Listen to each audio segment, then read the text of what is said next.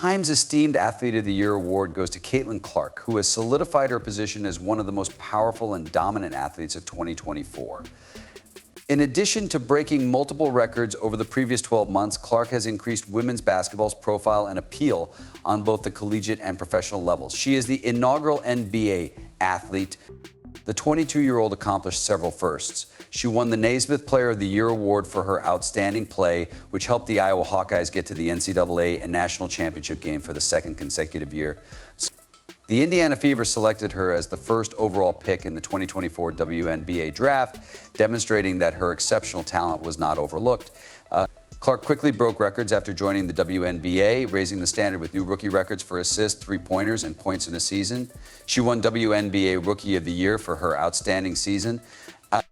In addition to making waves on the court, she was crucial to the Fever's first postseason run since 2016. She gained widespread recognition and set league-wide attendance, ticket sales, and viewing records. There were many statistical achievements during Clark's year. She broke the previous record to become the all-time top scorer in Division I basketball, both men's and women's. She also became the first rookie to record a triple-double in the league, finishing with 2 assists, and she set the WNBA's single-game and single-season assist records. In addition, she broke rookie scoring and three-point shooting records. Her outstanding performance greatly increased awareness of women's basketball in both professional and collegiate contexts. The sport itself has been impacted by Clark's success. The Fever saw an incredible 182% gain in overall attendance over 2023 as WNBA attendance skyrocketed.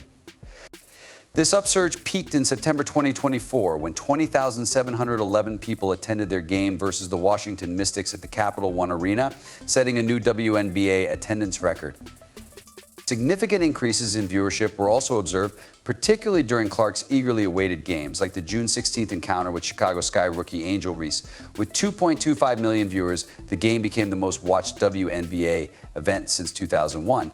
And in her Time interview, Clark said, "I've been able to captivate so many people who have never watched women's sports, let alone women's basketball, and turn them into fans."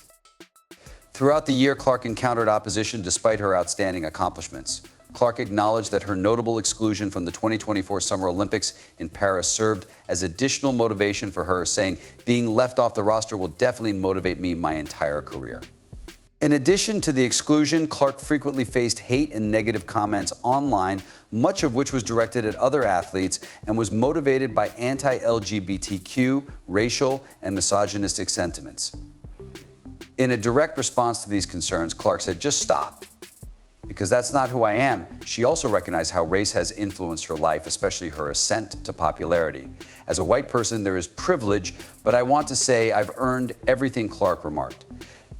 "The more we can elevate black women, that's going to be a beautiful thing." Clark acknowledged that black players played a significant role in forming the league and voiced a strong desire to recognize and honor their efforts.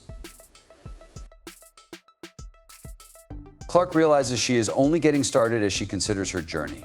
"I'm only beginning to explore my potential and hopefully how I can influence others and change the world," she stated. Her impact is not limited to the basketball court. She attended Taylor Swift concerts, took part in an LPGA Pro AM tournament, and has been courted by Unrivaled, a new 3-on-3 basketball league that Breanna Stewart and Napisa Collier co-founded.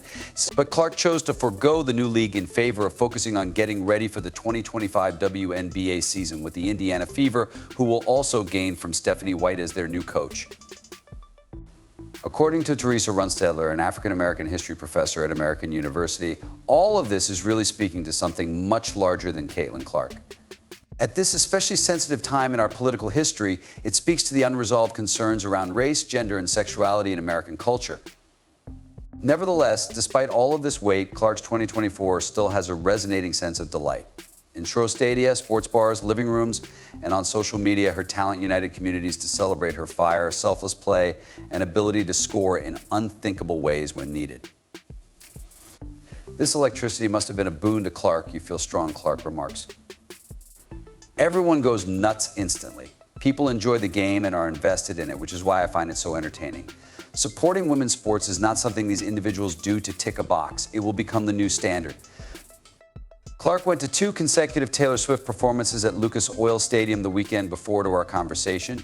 She got to know Travis Kelce, a tight end for the Kansas City Chiefs, Swift's mother, and her boyfriend. fans turned to snap photos or throw her friendship bracelets when they saw her sitting in a suite. She claims that people are just going crazy that I'm there. I had assumed that everyone would be incredibly excited to meet Taylor. And the complete reverse was true. Swift wrote that Clark was inspirational to watch from a distance and presented him with 4 bags of Eras Tour memorabilia. She invited Clark to join her at a Chiefs game, saying that Trav and I were eager to see a Fever game since that the tour was coming to a close.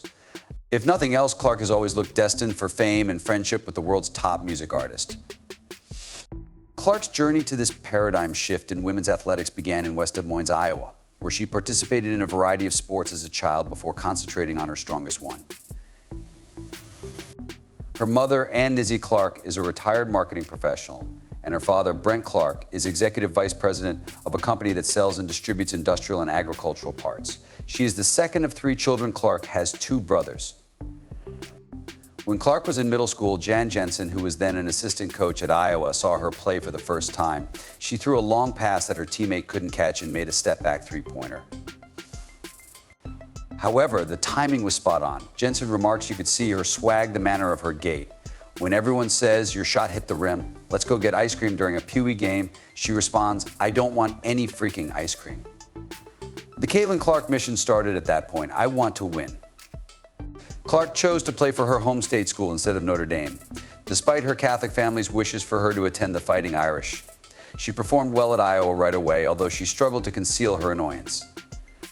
When someone made a mistake, she would shake her head, or use a cloth to remove it, or a chair. According to Lisa Bluter, the head coach of Iowa during Clark's tenure there, Bluter retired after the previous season, and Jensen currently oversees the team. If someone couldn't catch a pass, she'd throw her hands up and do a pirouette. By showing her footage of her outbursts, the coaching staff helped Clark concentrate on her body language, and she mostly controlled it. By her junior year, Iowa had advanced to the finals against LSU after defeating South Carolina, who had gone unbeaten in the national semifinals. Clark was introduced to the 24-hour sports news cycle at that championship game. Tigers forward Angel Reese approached Clark and pointed at her ring finger in the closing seconds when it was obvious that LSU would win. This trash-talking incident caused needlessly harsh criticism, with Reese being called classless and worse. As adversaries, Clark and Reese were set against one another. This storyline has persisted in the WNBA. I don't understand that at all, Clark replies. By no means are we best friends, but we do show each other a great deal of respect. Indeed, we have fought some really tough fights. However, when did I ever protect her? When did she start protecting me? She minimizes the gesture made by Reese. Clark recalls, I didn't think it was taunting. I wasn't particularly bothered by it. It's like, why don't you discuss their victory or the amazing run we had that no one would have imagined we would ever have? People were solely interested in this mostly made up and created dispute, and that has remained the case ever since. Clark's situation going into her senior year was very different from that of previous women's basketball players. Using name, image, and likeness nil sponsorship funds from companies like Nike, Buick, and the Midwestern grocery company Hy-Vee, Clark rewarded her teammates to a boat trip in the Adriatic after Iowa played summer exhibition games in Italy and Croatia. Will McIntyre, the current head of scouting and technology for the Rutgers women's team and a former manager of Iowa, says, I wouldn't say it was bougie, I would say. Clark enjoyed her time in college and even contemplated staying for a 5th year rather than declaring for the 2024 WNBA draft. The COVID-19 pandemic resulted in an additional year of eligibility for NCAA athletes. But by January, Clark realized it was time to move on. Undoubtedly the one choice, Clark would start her career in the Midwest thanks to the Fever's victory in the draft lottery. At the end of February, she declared her intention to go into the draft. On X, Lynn Dunn, who is now a senior consultant and was the general manager of the Fever at the time, saw the news. If I hadn't been 77 years old, I would have performed a back handspring, Dunn says. After West Virginia's coach told his team to let's send Caitlin Clark packing on the eve of this year's NCAA tournament. About a month later, after Iowa crushed the Mountaineers in the second round, Clark grabbed a microphone before practice, stood on the scorer's table, and sang Country Roads as loudly as she could. Clark admits, I kind of just troll when she's around individuals she feels comfortable with. She has a huge, boisterous attitude. In September, while playing for the Las Vegas Aces, former Iowa teammate Kate Martin came to Clark's Indianapolis residence. Clark used her karaoke machine to serenade her with Luke Combs songs. Martin remarks she's not a good singer at all, just so, Temmie Fagbenel, Clark's Fever teammate this season, and who will play with Martin on the Golden State Valkyries expansion team in 2025, disagrees as a rookie. Clark was assigned to sing Happy Birthday to the team's veterans.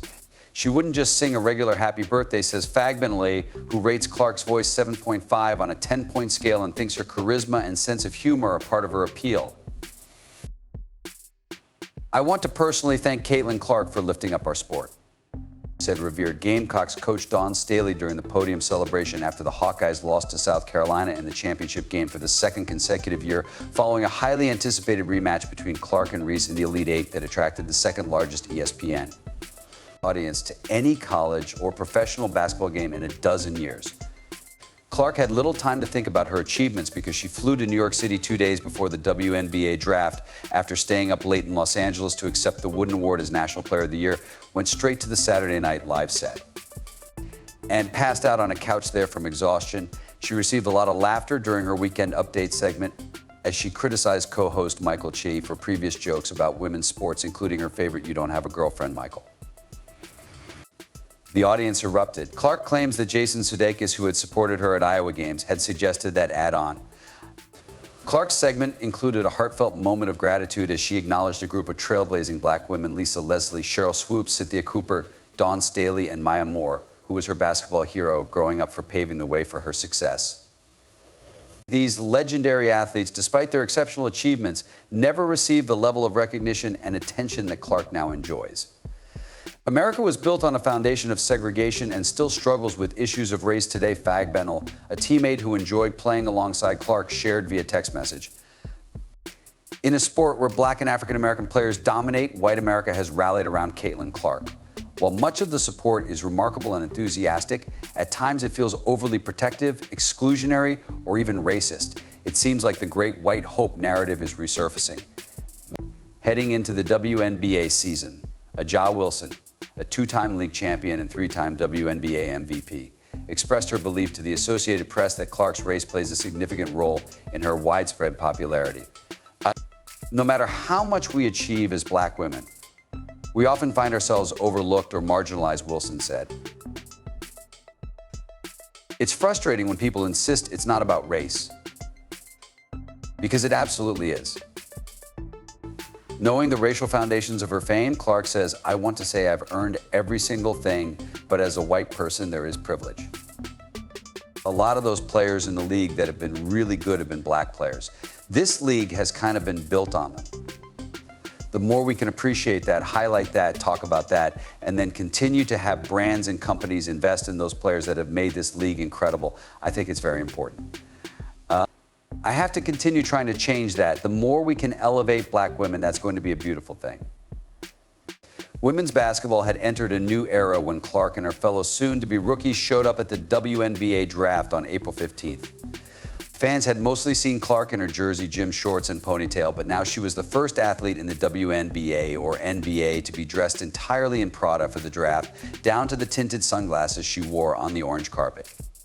The event also broke another viewership record, with ESPN's audience more than quadrupling the year before.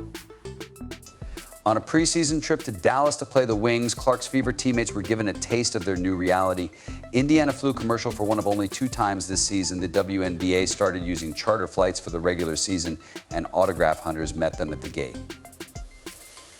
People were literally running after us/Caitlin in the airport, says Fever guard Lexi Hull. Cameras flashed as they made their way to baggage claim, and Clark couldn't stop for photos because the Fever needed to load the bus. One guy reprimanded her, saying, "Caitlin, you're not that big time." Clark adds, "You just chased me through the terminal, but I'm not big time. It was people my age. It was people my parents' age. It was people between my and my parents' age. I saw people crying. I saw people shaking. It made me think of the Beatles," or Elvis says. Christy Sides, the coach of the Fever this past season, of the crowd that gathered to watch Clark walk to the bus before her regular season debut against the Connecticut Sun. Sides is 47. The schedule did not help the young team, which also included the current WNBA Rookie of the Year, Aaliyah Boston, the No. One overall pick in 2023, and the Sun, a league semifinalist this season, and the New York Liberty, the 2024 champions, in its first 4 games before heading west for a 3-game swing that included a matchup against the 2023 champions, the Aces. Clearly, there was zero flow within the team, says Clark. It was just so choppy, and no one really knew what the other person was doing. Our defense was really bad. Clark was also getting used to the demands of the WNBA. I love women's college basketball, but if you go back and watch how people guarded me in college, it's almost like concerning. They didn't double me. They didn't trap me. They weren't physical. And it's hard. It's college. A lot of those women will never go on to play another basketball game in their life. They don't have the IQ of understanding how the game works. So I completely understand it, and it's no disrespect at all. I never really got down because I knew everything was so controllable. I would come home at night and would be like, this is so annoying because I know I'm literally like right there. Of being one of the best players in the league, Clark holds her forefinger a millinch from her thumb.